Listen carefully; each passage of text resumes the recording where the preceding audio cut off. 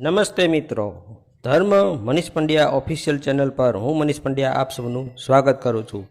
મિત્રો, ઓરિસ્સામાં આવેલું જગન્નાથ મંદિર 4 હિન્દુ પવિત્ર ધામોમાંનું એક છે, જ્યાં પ્રતિ વર્ષે અષાઢ સુદ બીજે એટલે કે અષાઢી બીજે ભવ્ય રથયાત્રાનું આયોજન કરવામાં આવે છે, જેનું હિન્દુ ધર્મમાં અત્યધિક મહત્ત્વ જોવા મળે છે.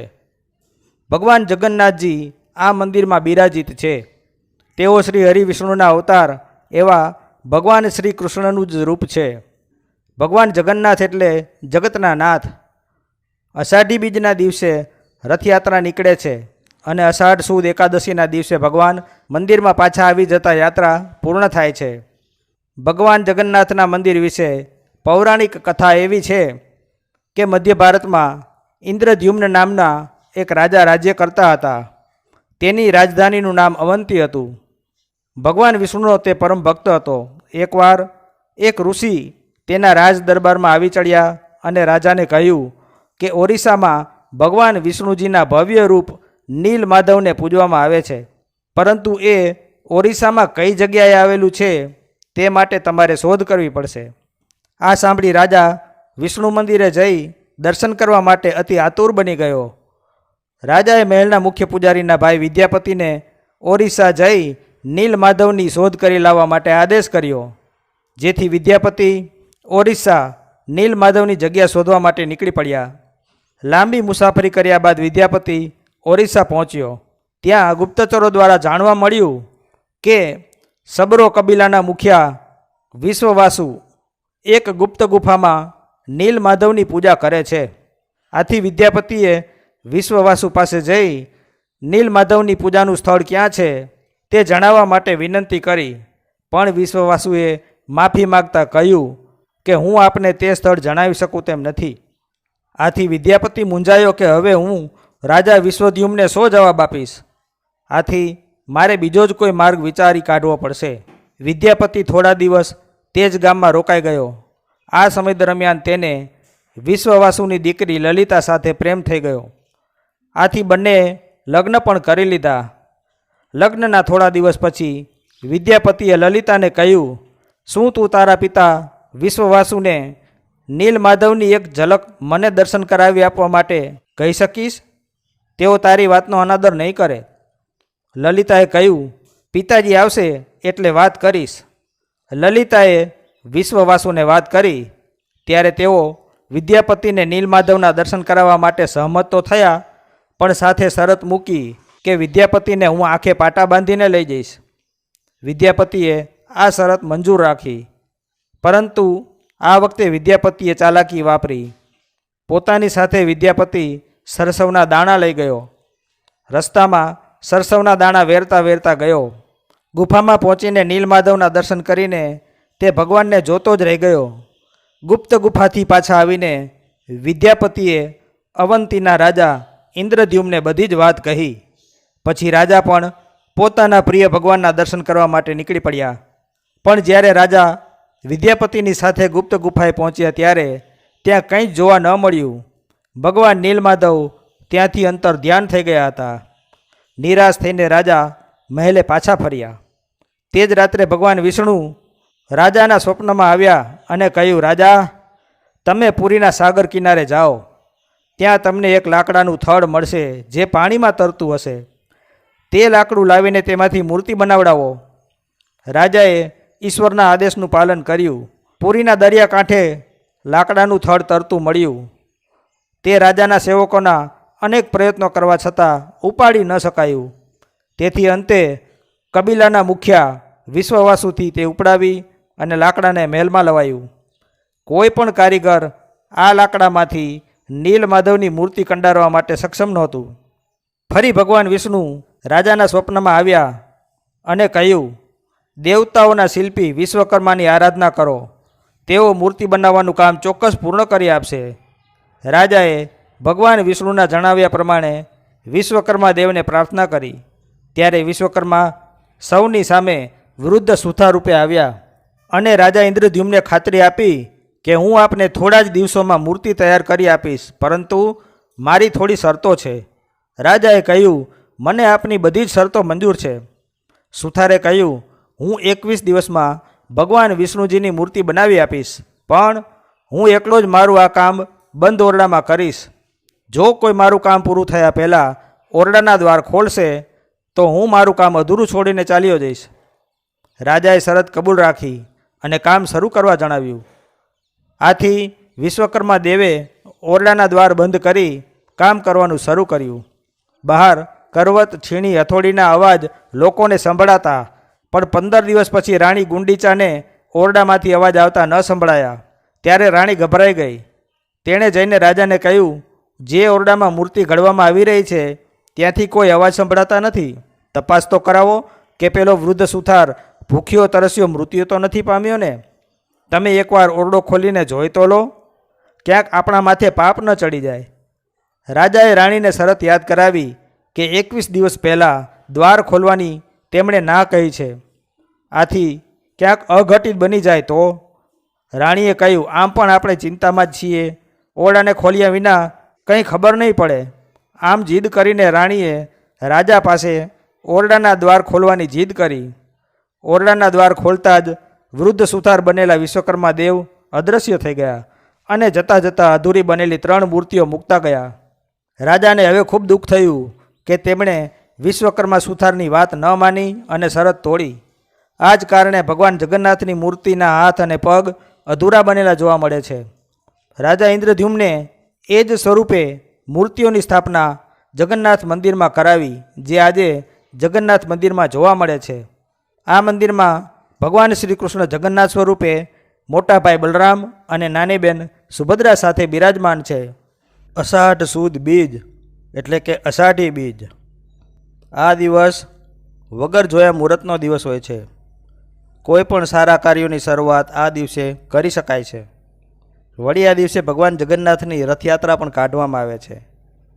ઓરિસ્સામાં આવેલ ભગવાન જગન્નાથના મંદિરમાં અને અમદાવાદમાં પણ આ રથયાત્રાનું આયોજન કરવામાં આવે છે. મિત્રો, આપણે બહુ ભાગ્યવાન છીએ કે ભારત દેશમાં ભગવાન જગન્નાથની ઉપસ્થિતિ છે. દુનિયાના તમામ દેશોમાં આવેલા તમામ ધર્મોમાં સૌથી વધુ મોટી રસોઈ જગન્નાથ મંદિરમાં બને છે. રોજ નવા માટીના વાસણમાં આ રસોઈ બને છે. હજારો લાખો લોકો ત્યાં પ્રસાદ ગ્રહણ કરે છે. છતાંય કોઈ દિવસ આ પ્રસાદ ખૂટતો નથી. અહીં પ્રત્યક્ષ ભગવાન જગન્નાથજી બિરાજમાન છે. ત્યાં પ્રસાદમાં ભાત મળે છે. એમ કહેવાય છે કે પ્રભાસ પાટણના સ્થાને તેમનો દેહત્યાગ થયો હતો, પરંતુ તેમનું હૃદય સમુદ્રમાં નાખવાથી તે જગન્નાથ પહોંચ્યું હતું. આથી જગન્નાથ મંદિરમાં ભગવાનનું હૃદય રહે છે. જગતનો નાથ હોવાથી તેને જગન્નાથ કહેવામાં આવે છે. ઓરિસ્સામાં સ્થિત આ ભગવાનનું મંદિર એ શ્રી કૃષ્ણનું જ સ્વરૂપ છે. આ મંદિર રાજા ઇન્દ્રધૂમે બનાવ્યું હતું. અષાઢી બીજના દિવસે અહીં રથયાત્રા નીકળે છે, જેમાં ભગવાન જગન્નાથની સાથે તેમના ભાઈ બલભદ્ર અને તેમના બહેન સુભદ્રા લોકોને દર્શન દેવા માટે વર્ષમાં એકવાર નીકળે છે. આ રથયાત્રાનું ફળ 100 યજ્ઞ બરાબર મનાય છે, જેમાં મહાપ્રસાદ વિતરણ કરાય છે. 56 પ્રકારના ભોગો ભગવાનને ધરવામાં આવે છે. રથયાત્રા પહેલાં ત્યાંના રાજા સોનાની સાવરણીથી આગળ સાફ કરે છે. ભગવાનના 4 ધામોમાં જગન્નાથપુરી એક ધામ છે. બહાર એક સૂર્યસ્તંભ છે. રથયાત્રાના ખાસ 10 રહસ્યો જોઈએ. રથયાત્રાના આ 10 મહત્ત્વના રહસ્યો આ પ્રમાણે છે. પહેલું, જગન્નાથ મંદિરની ઉપર રાખેલ ધ્વજ હંમેશા પવનની વિરુદ્ધ દિશામાં જ લહેરાય છે. આનું કારણ આજ સુધી કોઈ શોધી શક્યું નથી અને આ ધ્વજ રોજ બદલાય છે. બીજું રહસ્ય, આ મંદિર 4 લાખ ફૂટ ક્ષેત્રફળમાં વિકસેલું છે અને આની ઊંચાઈ 214 મીટર છે. નીચેથી ઉપરની ટોચના દર્શન અસંભવ છે. આના ઘુમ્મટનો પડછાયો ક્યારેય જમીન પર પડતો જ નથી. ત્રીજું રહસ્ય, ભગવાન જગન્નાથજીના મંદિર પર નીલચક્ર આવેલું છે. તેની વિશિષ્ટતા એ છે કે પુરીમાં ગમે ત્યાંથી આ ચક્ર જોઈ દર્શન કરી શકાય છે અને જ્યાંથી જુઓ ત્યાંથી એમ જ લાગે કે આ ચક્ર તમારી સામે જ છે. આને અતિ પાવન અને પવિત્ર માનવામાં આવે છે. રહસ્ય ચોથું, હવા સામાન્ય રીતે સમુદ્રથી ધરતી પર આવે છે, પણ અહીં હવા જમીનમાંથી સમુદ્ર કે મસ્જિદ તરફ જાય છે. રહસ્ય પાંચમું, કોઈ પણ મંદિર કે મસ્જિદ ઉપર પક્ષીઓ બેસે છે, પણ આજ સુધી જગન્નાથપુરી ઉપર કોઈ પણ પક્ષી બેઠેલું કે ઉડતું જોવામાં આવ્યું નથી. મંદિર ઉપર હેલિકોપ્ટર કે એરોપ્લેન પણ ઉડાડવામાં આવતું નથી. રહસ્ય છઠ્ઠું, દરરોજ સાંજે મંદિરના પૂજારી ઉલટી દિશાથી ઉપર ચડી ધજા બદલાવે છે. ધજા પણ એટલી ભવ્ય હોય છે કે એ જ્યારે લહેરાય છે ત્યારે બધા જોતા રહી જાય છે. ધ્વજ ઉપર ભગવાન શિવજીનું ચક્ર પણ બનાવેલું હોય છે.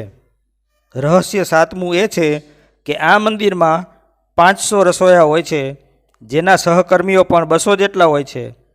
વિશ્વનું મોટામાં મોટું રસોઈઘર છે, જે ભગવાનનો પ્રસાદ બનાવે છે. ગમે તેટલા ભક્તો આવે પણ ક્યારેય રસોઈ ખૂટતી નથી. પરંતુ જ્યારે રાત્રે મંદિરનું દ્વાર બંધ થાય છે ત્યારે રસોઈ આપોઆપ ખતમ થઈ જાય છે.